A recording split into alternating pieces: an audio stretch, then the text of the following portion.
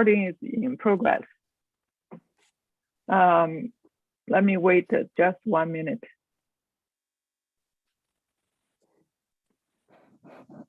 Okay, good morning. Welcome to this inaugural webinar for the Global China Research Colloquium.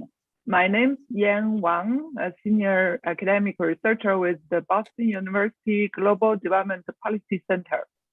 The Global China Initiative examines the impact of China's overseas activities with developing countries and with international institutions, whether these activities can foster a more stable, inclusive, and environmental sustainable economy. The Global China Initiative is part of the Boston University Global Development Policy Center. It's a university-wide research center that works to support policy-oriented research in terms of financial stability, human well-being, and environmental sustainability. Today, we are honored to be joined by Mr. Zhu Xian, Vice President and Secretary General of the International Finance Forum.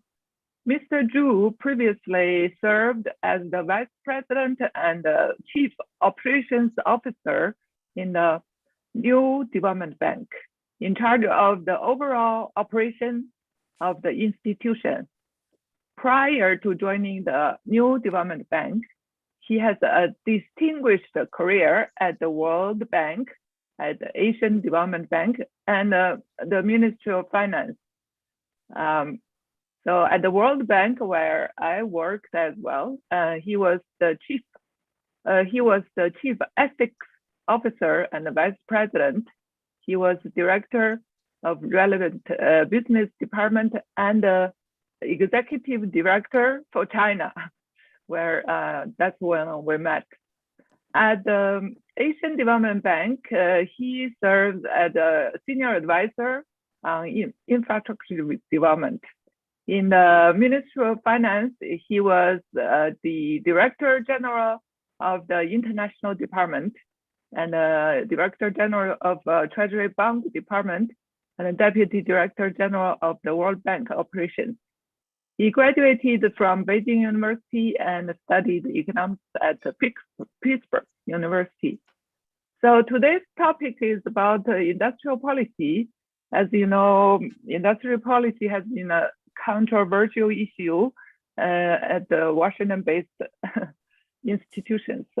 When I was at the World Bank, the mainstream economists were very unfriendly to industrial policies. The basic argument was that the government cannot pick winners. And even the IMF in its 2019 paper, they are saying the return of the policy that shall not be named. They cannot name industrial policy.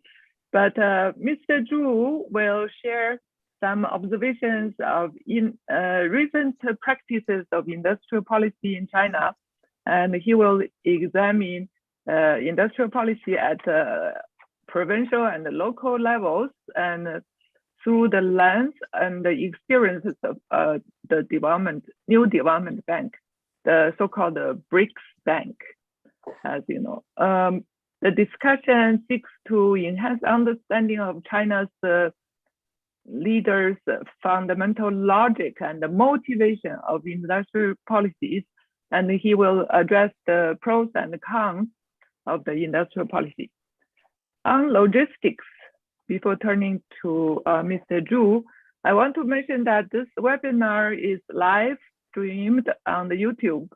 Please use the Q&A box at the right-hand side of your menu to ask questions to Mr. Zhu.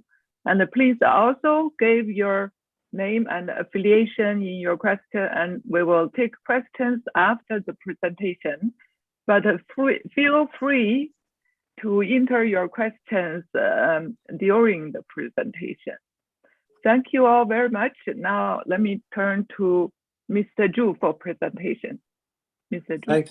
Thank you, Wang Yar. Good morning to everyone. I think that thank you, Wang Yar, for your kind introduction, which reminds me of the good old days we worked together in the World Bank. I think that not to exaggerate, my association with World Bank and other multilateral financial institutions probably is the most important and exciting part of my professional career.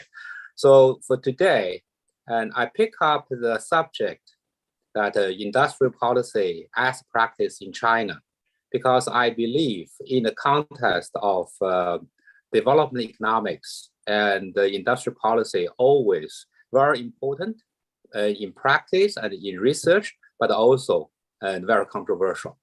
I'm not intending to give a full assessment of industrial policy, and I do not intend to draw any sort of a clear conclusion better for whether industrial policy is good or bad.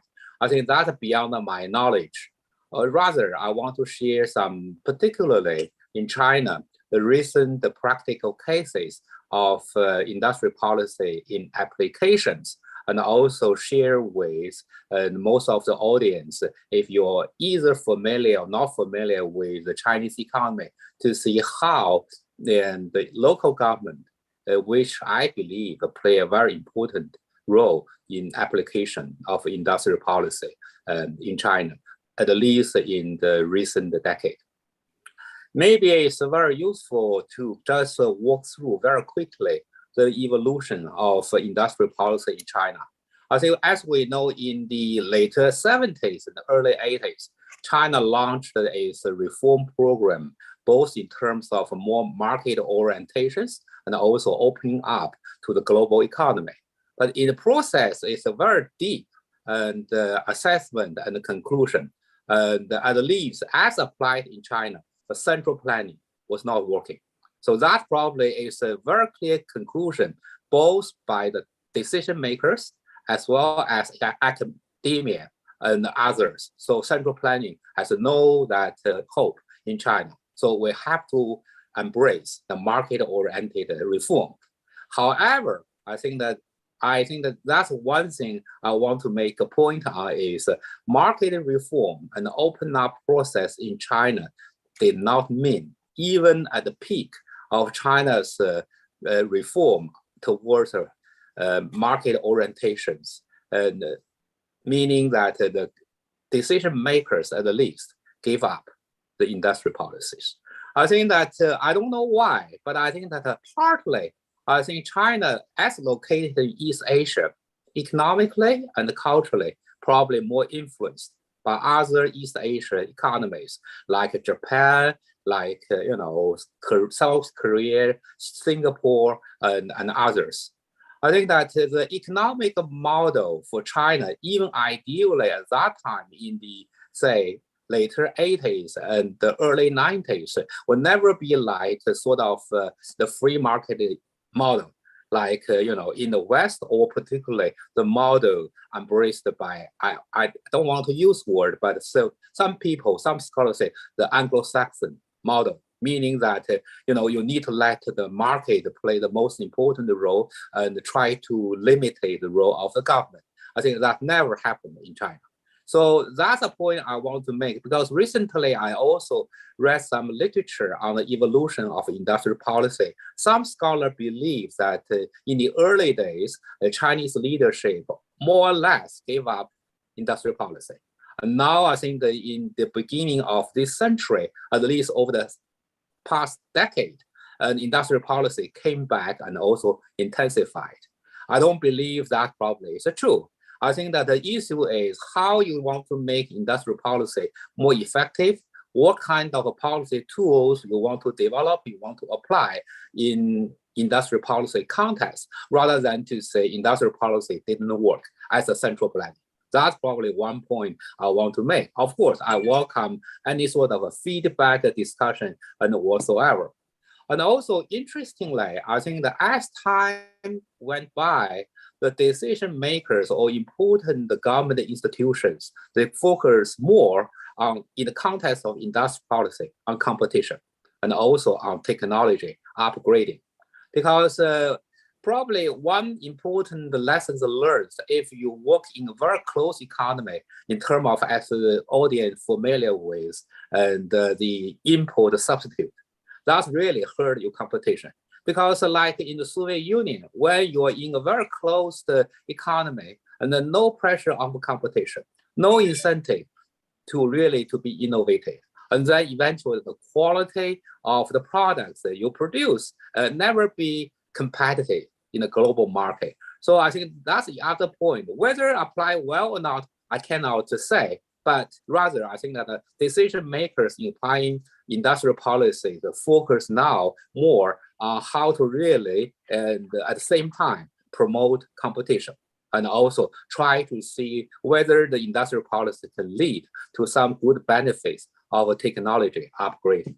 So that's probably something as a evolution, as I just suggested, of Chinese industrial policy in the recent decades. And also the other point, I hope that you are with me, whether agree or not, that probably does not matter much, is Chinese industrial policy have been influenced over decades more by other East Asia economies.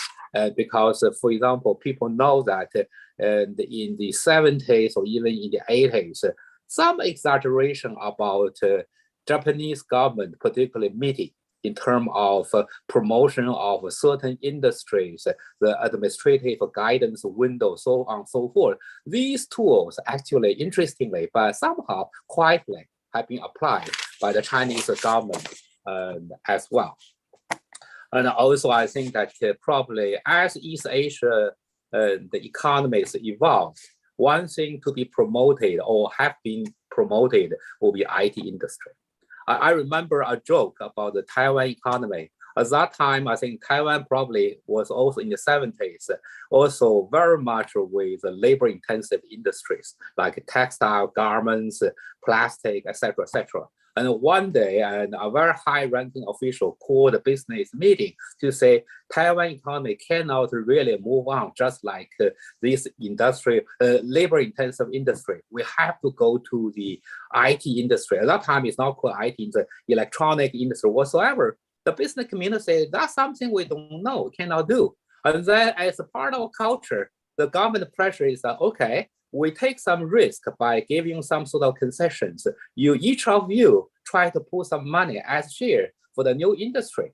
And then, I don't know whether the story is true. And then the electronic park in Taiwan got started.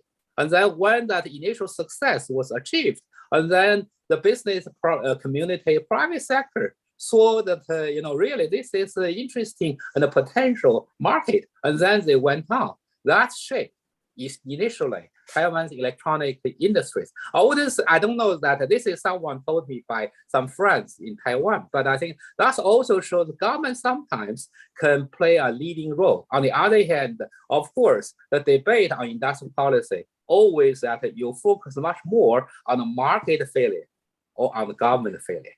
I think both schools probably have good reason to believe they're right. I'm not in a position to say which probably is better than the others, but I just want to share with you some sort of experiences in the time and the processing. Now let me turn to that in recent years, how I see the industrial policy in China has been evolving in terms of the policy measures.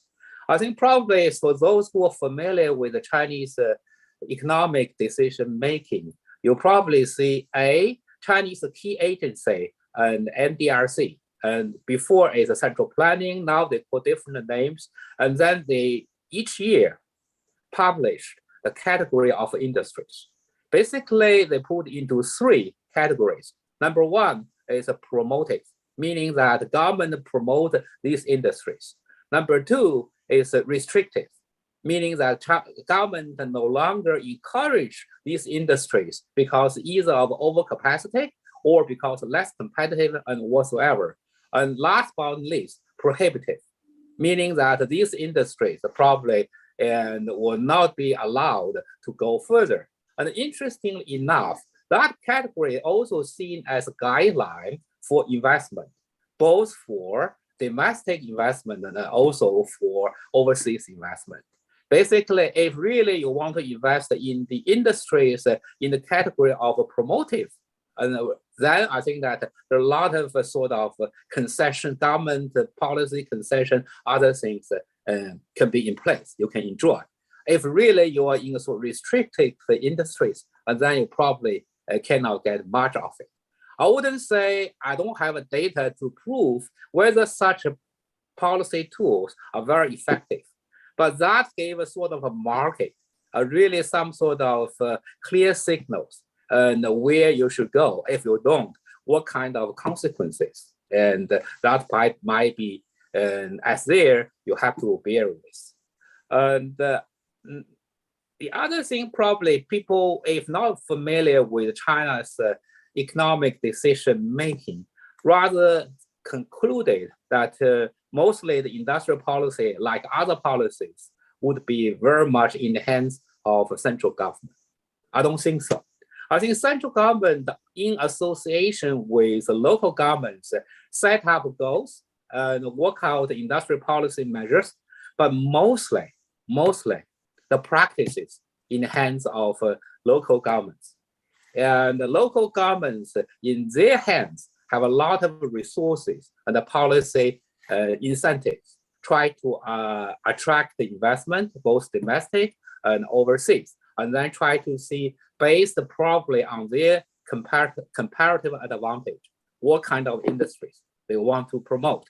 That probably forms the most important part of the application of industrial policies. And people ask why. I think the local government probably they should provide public services and public goods to the people. Why is that they go beyond and doing so much attracting investment whatsoever? I think that probably you need to apply political economies and the motivations of the local government, particularly the leadership of local governments, because they still see the dynamics, if not the growth, the employment, and also eventually the taxation and other incomes so important in developing their territories. So they have a strong motivation, try to attract more investment, and also in hopefully, I think positively, in a transformative manners, meaning that they want to bypass rather step by step the sort of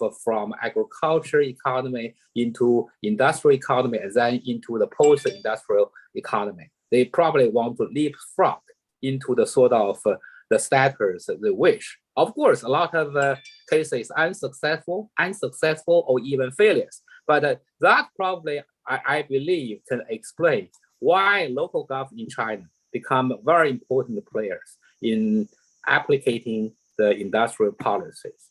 And people often joked about the Singapore economy, say Singapore behave pretty much the Singapore Inc. I think that probably apply to China at the local level. When I work in MDB, I travel to different parts of China, meeting with the governors, the mayors of different provinces and municipalities. You think that they're mostly interested in investment. They're mostly interested in technology transformations. You compare that their mindset with their counterparts in, for example, in the West, it's very different. They internalize the economic activities into their governance, and they don't believe that that should be mostly left to the market. They still, I think that probably want to market to work on, but same time they think that their intervention is critical. So eventually their provinces, their municipalities can leapfrog. Of course, I think that this the result probably at the most mixed, but that's sort of a motivation for the local government to play important role in the industrial policy. On the other hand, as I just mentioned, I think that more sophisticated measures have been adopted or tried in China in applying the industrial policies, not necessarily only by providing the, say, subsidies and others. I think mostly in the local government's hands, they have important thing, number one, land, because they can turn agricultural land into industrial land. And also by doing so, they have a sort of a discretion to offer the investors and very low level of a price for the land acquisition. The other thing is really that they can give tax holidays. And for investment, particularly from overseas, and they can say, we decide to give you, say, the tax holidays as long as 10 years, attractive and investment, and also targeting those industries they believe that can really have a transformative effects. So I think that the industrial policy measures now in China more sophisticated, but whether the results are good or bad, that's probably different from different regions. And also, as I said at the very beginning, I don't want to draw sort of a conclusion over there. Now, let me turn to what I think probably the core of my presentation, some practical cases. And I left Washington, D.C. and returned to China in 2016 because the BRICS Bank was just established. I was appointed as vice president and chief operation officers. So one of my business tried to get a business, particularly in infrastructure financing and in the 5 BRICS countries, including China. So I travel a lot in China, try to get bankable projects, of course, mostly in infrastructure.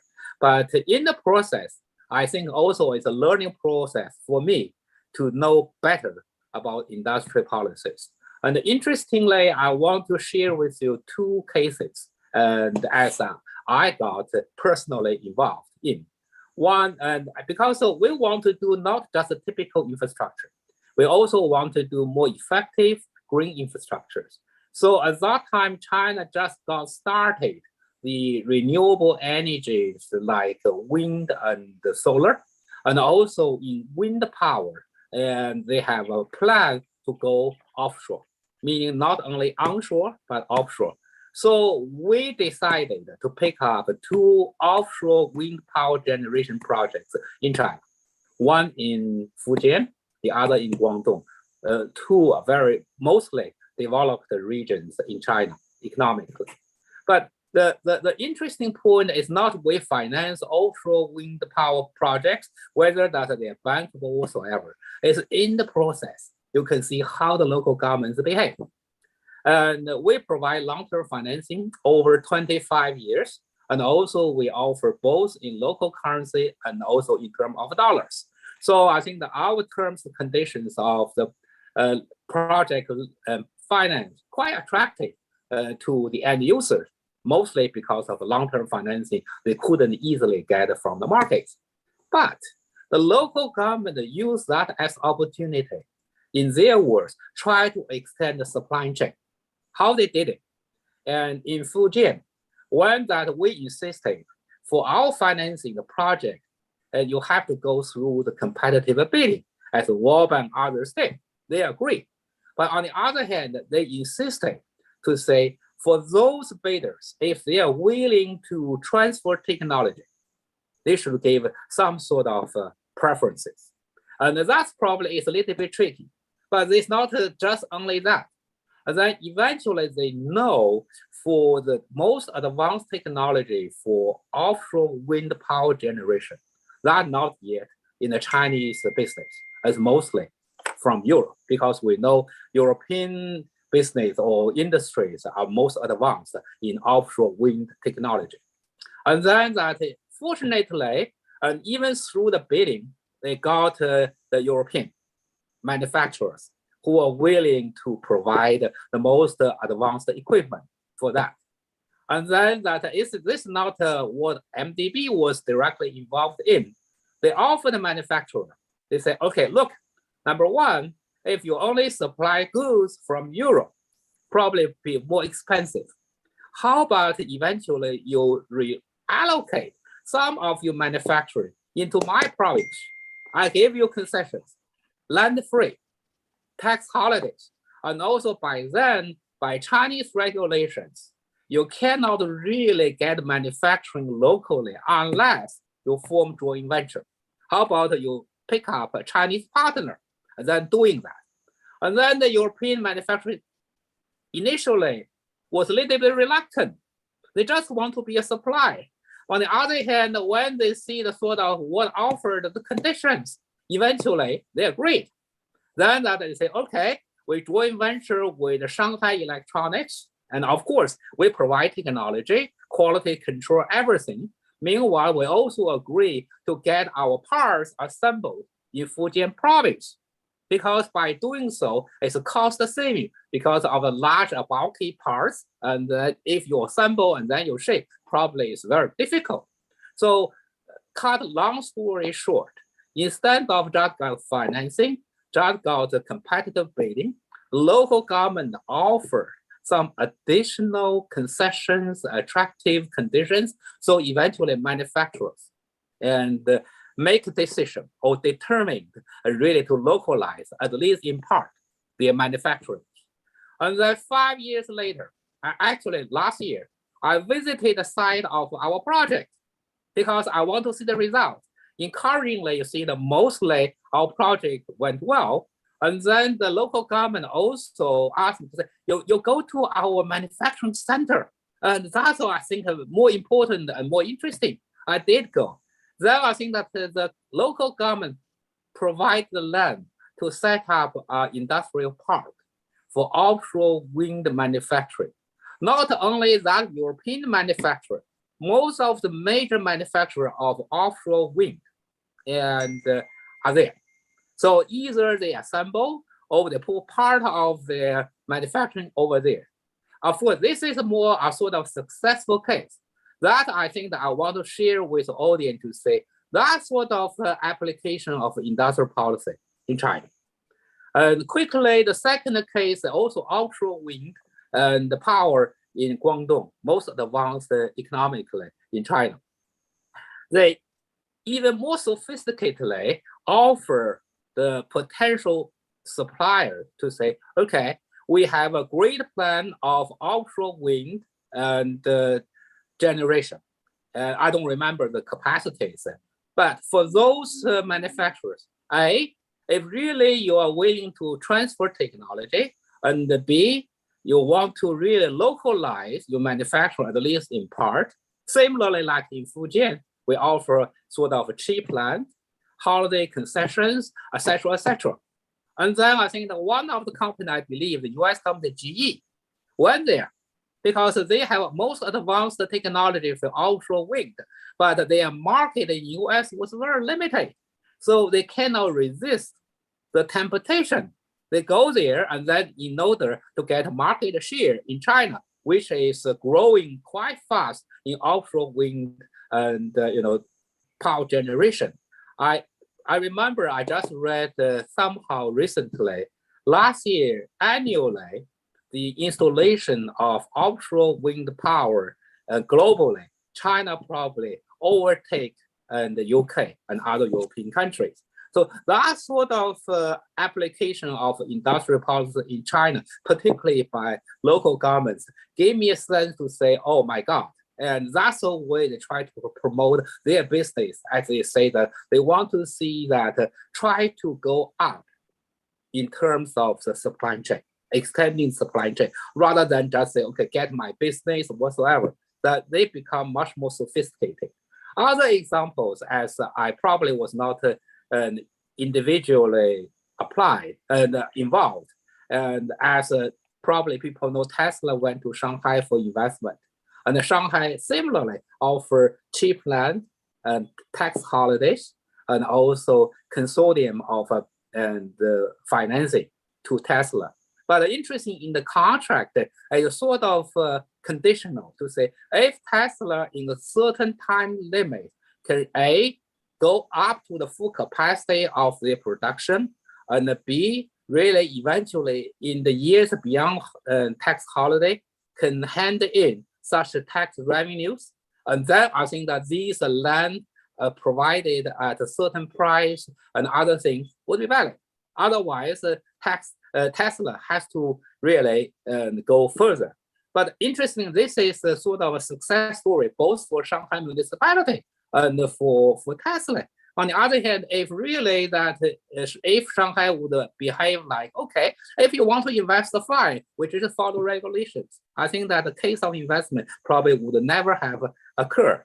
Similarly, I think that in Chongqing, I met their former mayor, who was very interestingly, and gave me the sense when he went to Chongqing as mayor, Chongqing's industries are pretty much from central planning, the military, heavy industries. He want to change that.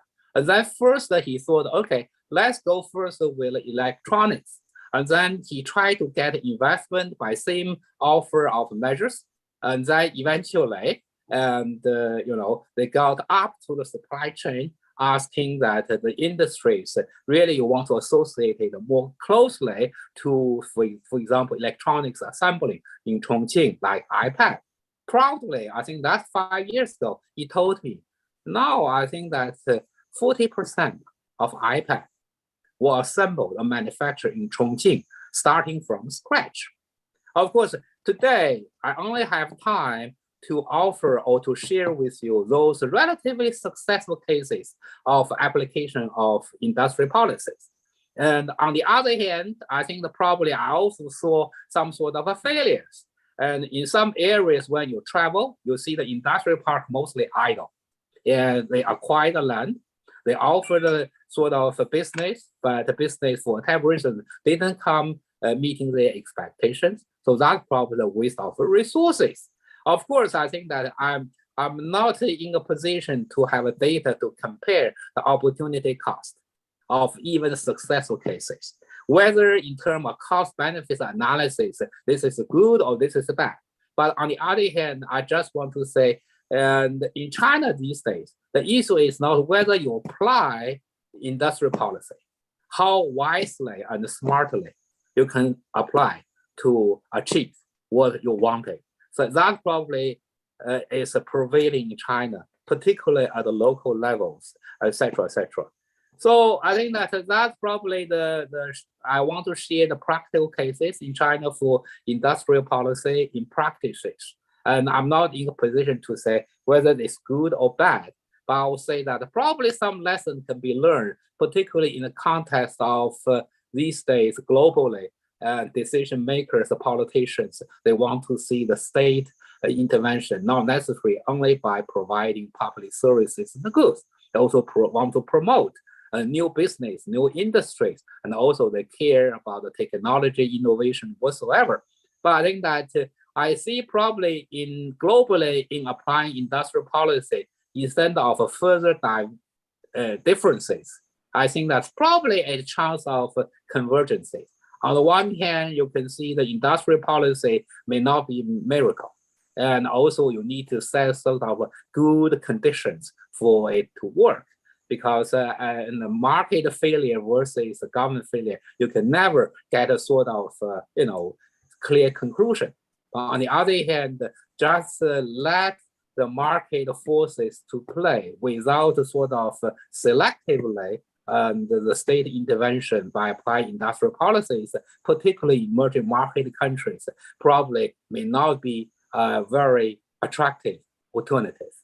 So let me conclude and to say that industrial policy, at least in China, probably in other emerging market economies, but now even further for the industrialized countries, is an important subject we probably do not know adequately about to conclude.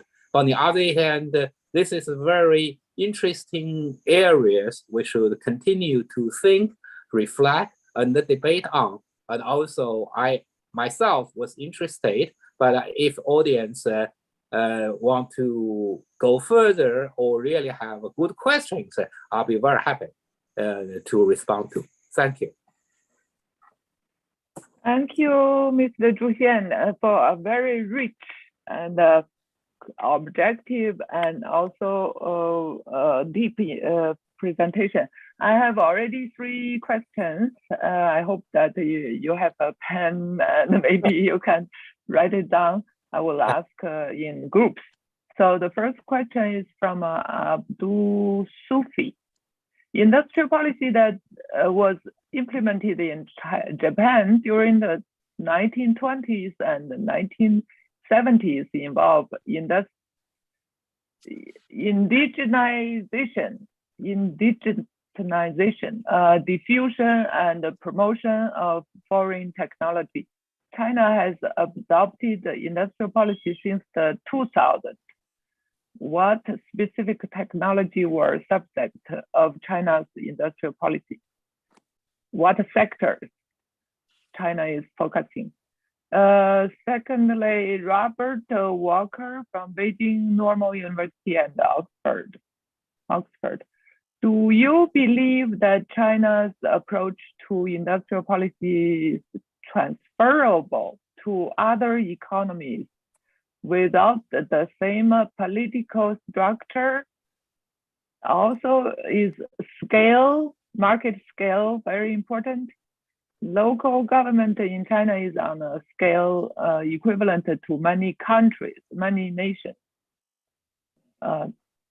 Is scale important? Thirdly, from Ralph Sintron, when local government in China most move agricultural lands into industrial purpose, it raises the question of property rights among the farmers.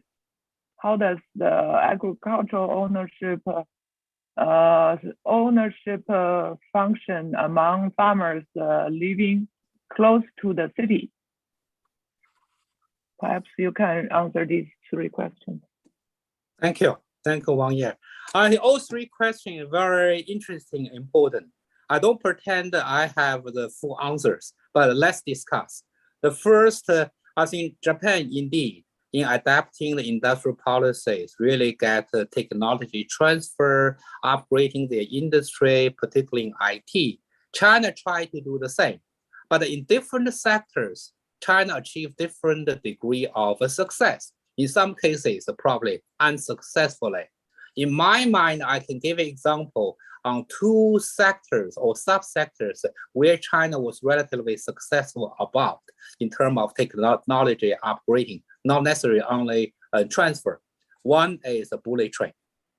Probably I heard, I don't know whether that was true, in the B school in Harvard, and the transfer technology debates or that discussions or negotiations in China was a classical case. China tried to get the three main suppliers of bullet technology, train technology. One from, I think the two from European companies, one from Japan. And then they divide and conquer. They got part of the technology transfer from different countries, and then they try to do themselves to get diffusions. Now, I think the last year I visited the bullet train manufacturing line. Now they claim, and the license no longer important. They already have their what they call their own adopted technology. So I say that if you see, China is the only major economy in recent years developed massively bullet trains. And technology is one thing is critical. Secondly, I would say the nuclear power generation. I remember when the Westinghouse developed the new third generation of nuclear power technology. No countries really could afford really to apply because A, is too expensive, and B, locally, a lot of pressures against the nuclear power generation. It was China approaching that Westinghouse to say, hey, we have a market, you want to come? But if you do, please consider technology transfer. I think these days, like a bullet train, China probably only major economies still expanding nuclear power generations and in the world, but mostly or important part is the technology. So that probably two subsector I can think of, but you can think of some unsuccessful cases. And even like these days, people talk about chip industry and others, China is still far behind. So I think the technology transfer is quite sophisticated. And also when these who originated the technology feel that the intellectual the property not protected, they refuse to do business with you. Okay, so that's probably my response to the first question. Second one is interesting. When I started working in the World Bank, I often thought of the same question, whether part of China's development experience can be transferable to other developing countries. I think that to some extent you can try to do it, but I think that on certain conditions. I think number one, and in China, really, particularly at the local level, the government have a lot of capacity and resources. So you have to ask whether in other countries, emerging market countries, concluded, do you have that sort of capacity and resources like land? Unlike China, in most other countries, land was individually or privately owned. So acquire land is very challenging. So in China, try to acquire land is not so easy these days. On the other hand, the local government can still do that. Of course, the other thing is financial resources. Most of Chinese banks are sort of publicly owned. So they are willing to provide financing even to those projects which might be regarded initially financially not viable or not bankable. But local government particularly play a role of try to cover the risks. And then the banks think, okay, eventually if the projects fail, and the local government probably can bail them out. So they are willing to provide. So that sort of setting in political economy may not be the same in other countries. But I wouldn't say absolutely not. In some African countries, for example, like Ethiopia, like Rwanda, they follow some part of China model, and also they achieve some initial success. So that's probably what I think of this question. And the last but not least, I think this is a critical question, but I think that we need to be reminded of agricultural land in China legally is not owned by farmers individually, but collectively. In other words, if collectively the farmers are willing or eventually even somehow reluctantly decided to really transfer into the sort of other purposes under the pressure of local government, that's what happens. So legally, you cannot say that the farmers, if they disagree, they cannot get their land transferred. So that's a thing not necessarily applicable or relevant in other countries. But of course, these days, when farmers realize the value of their land, they're probably even more reluctant, even resistant to transfer because they see the value go 10 times when transferred into the industrial land. Eventually, some people say jokingly, the transformation of China's urbanization, industrialization, largely based on the transfer of massively the agricultural land into industries. So I think that this is a good question, but the legal basis in China are different from most of other nations. Thank you so much. I have two more questions I can see in the Q&A box. Please, all the audience, you can type in your questions in the Q&A box. So first one is from Yang Siyu Lu, Boston University GDP Center and Oxford. The question is, how could the local government officials select which industries to develop locally? Are there any lessons we could learn in selecting industries? That's one. Second one is from Karen Zhu. It seems that we are seeing a comeback of state-driven approach to industrial policy. What role can traditional and emerging industrial international organizations and the international finance institutions play in shaping a country's industrial policy? What are the key obstacles for them to get involved? Oh, third question from Mehdi Shariati. Thanks for a good presentation. I wrote a paper on Chinese macro structural development policy with emphasis on post-Mao change in social policy. one of the issues was rising local government debt, 债务, by extending the degree of local autonomy in decision making. My question is, how effective has been local autonomy in attracting foreign direct investment? And recently we have been hearing about a growing tension between big local investors, big money companies, and political structure, big private companies that are in conflict with the political structure and the regulations. What is the level of concern? Thank you. That's all. Okay, thank you, Maya. I think I'm not so sure I have knowledge, experience to answer all the questions, but let's discuss. On the first question, how local government officials in selecting what kind of industries? I think that probably different provinces, different municipalities, they do differently. But I must say, in China's political economy, the leadership is very important. If really you have very savvy, sophisticated leadership, and then probably they are thinking not necessarily only about the great or grand vision, but also thinking of the feasibilities. I think that in that sense, the coastal areas, I see probably they're much more sophisticated than the inland areas like Shanghai. And I'll give you an example. And I discussed with Wang Ye recently. And these days in China, a lot of local government talk about Hefei model in Anhui province.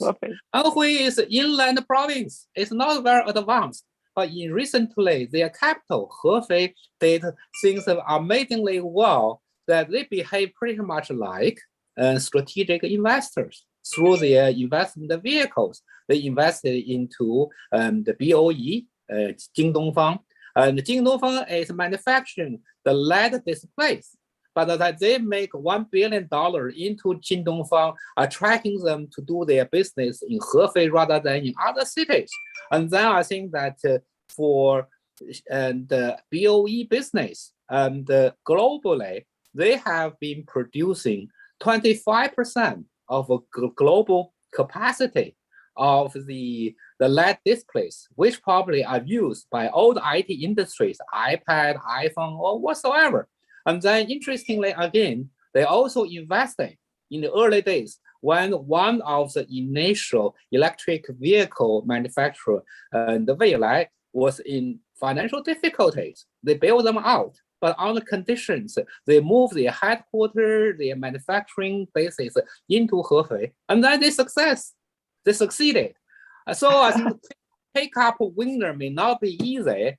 Sometimes it's gambling, but sometimes either you think they have a vision or they just want to try their luck, and they selected the industry they believe fit into their comparative advantage with still plenty land, relatively competitive labor forces, and also they believe that a sort of a reallocation effect because Hefei is not too far from Shanghai. In Shanghai, the cost of living and other things went up. So some industry probably have incentive to move to the second tier cities. So I just gave such an example to try to answer the questions. But in the end, selecting sometimes can be sophisticated, sometimes can be very ad hoc. And you never know for the multilateral financial institutions' point of view, when they do the research for the industries, when they move to a certain country, to a certain city, they try to be rational. On the other hand, you also have elements very ad hoc. So I think that that's probably what I know about the local government selecting the industries. I think that my conclusion is local areas probably they're much more sophisticated than the inland and the officials doing so. Second is on sort of state-driven instead of market-driven. By my experience, I think you need to strike a balance. When now a lot of people focus on the state-driven, probably you should also think of market driven, because market forces is probably more important in allocating resources efficiently than the state and the selections. So in that context, I think that in applying industrial policy in China, now frequently you hear from those most sophisticated local government officials. Of course, I don't know how that they put it into practice. They think that number one, even in applying industrial policies, they'll try to use a more market-friendly approach, meaning that even administratively decided, you still want to see the industries, the business try to follow their approach more market-friendly.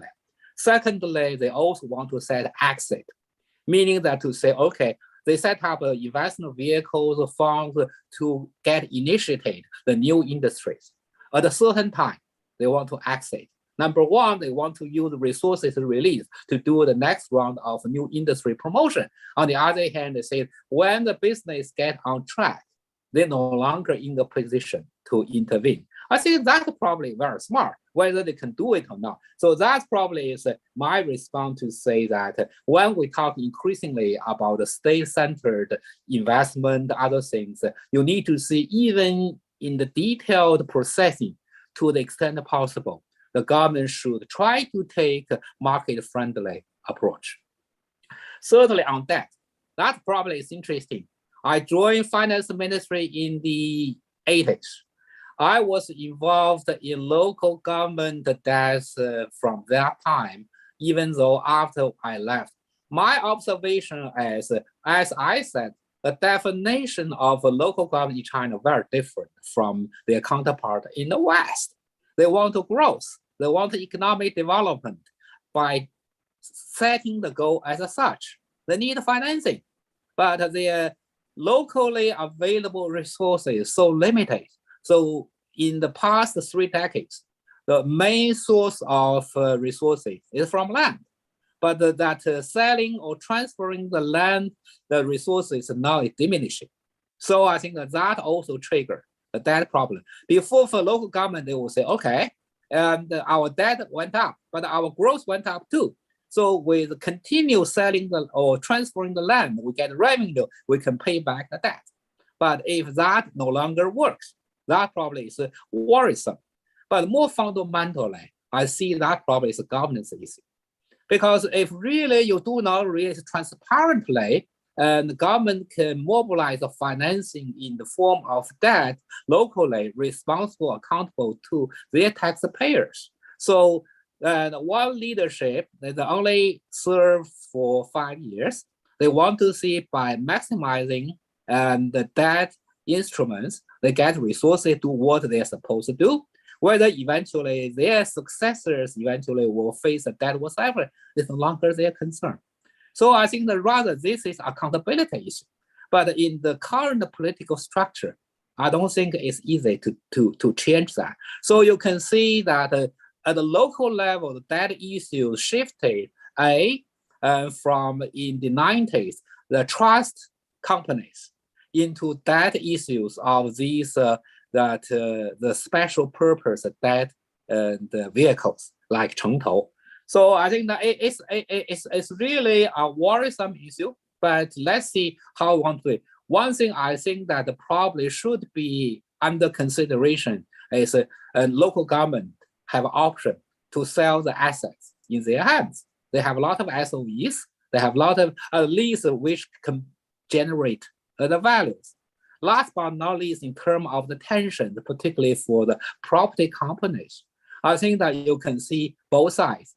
From this company's point of view, they tended to believe the property market will only go up, not going down. So then I think that the debt leverage is so high. The other thing is publicly, since the growth is so big, they believe that if they would be in trouble, at least the government, the local government, will bail them out. But these days, you'll find out the local government either unwilling or unable to bail them out, because what has been involved in terms of the level of debt is so high. No government is able to do so. You can see Haihang, the Hainan, the airline, and they are registered in Hainan island. The government initially said, yes, this is our company. We want to be responsible. When they saw the numbers of their debts, they became silent because they even use that the revenue of 1 year generated in Hainan, they cannot really use that to build out Hainan Airline. So I think that probably will be very challenging time ahead. So that go back to fundamentally the border between the state intervention and the market behavior. Because things by applying industrial policy and other things, the line was blurred. And then you also have what I often call soft budget constraint, both for the government and also for the industries. They believe that moral hazard as such, someone will bail me out so that I don't need to worry about it. And then in the end, when you're hit by the hard budget constraint, like the cases recently we saw, and then you see the public was shocked and the company complained, and the government didn't feel that they really have resources to bail them out, even they want to. Great. Thank you so much. We have only 3 minutes left. Maybe you can use 1 minute to summarize, and then I will have some announcement for the future activities. 1 minute to conclude, please. Thank you, Wang. I think it's a good opportunity for me to share with the audience on the subject of industrial policy. As I said at the very beginning, I think that I try to really share the experience on industrial policy in an objective manner. So as I said yesterday with you, I want to see I can apply a sense of neutrality. And in practical sense, I think that industrial policy can play an important role, but it's not so easy. It's not like a macroeconomic policy. You do a lot of research, you see the generation, so the direction whatsoever. Industrial policy often is a case by case, country by country. So on the one hand, I see the usefulness of industrial policy. On the other hand, I also see the limitations. So probably we should not jump from one end to the other before the mainstream macroeconomists and other think that industrial policy bring you more risk and failures. And these days, we think that the state intervention should go further. Industrial policy should be applied globally. That probably is not what I believe. But I still believe selectively and also with capacity, lessons learned, and sophistication enhanced, industrial policy probably is a good policy tool for decision makers, particularly in the emerging market economies. Thank you. Thank you very much. Thank you, Mr. Zhu, for a very vivid and deep presentation with a lot of examples and rich experiences. Now I have some announcement for future events. Please join us again for the China Research Colloquium to be held on the third Wednesday of each month at 9 a.m. On Wednesday, February 16th, Professor Carlos Larrea will present financing, tropical conservation, and debt for nature swaps for Ecuador and China. Very new ideas. On Wednesday, March 17, Ian Kiefer and Professor Ian Su Wing from Boston University will lead a discussion on simulating the impact of China's clean energy transition abroad internationally. On Wednesday, April 20th, a researcher from University of Indonesia and Rebecca Ray from BU GDP Center will share the insight on a spatial environmental assessment of selected Belt and Road Initiative projects in Indonesia. On Wednesday, May 18, Blake Simmons will present a new study on investigating the extent to which coastal development projects financed by China will have direct and indirect risks to marine habitats and threatened species, marine protected areas, and coastal indigenous communities. If you have registered to attend this seminar, webinar, you have automatically registered for all the seminars. So you will be reminded each time, each week for the upcoming talks. If you are interested, you can subscribe to receive updates for our Global China Initiative in English or in Chinese. Thank you very much and see you all next time. Thank you. Bye. Thank you. Bye-bye. Bye. See you next time.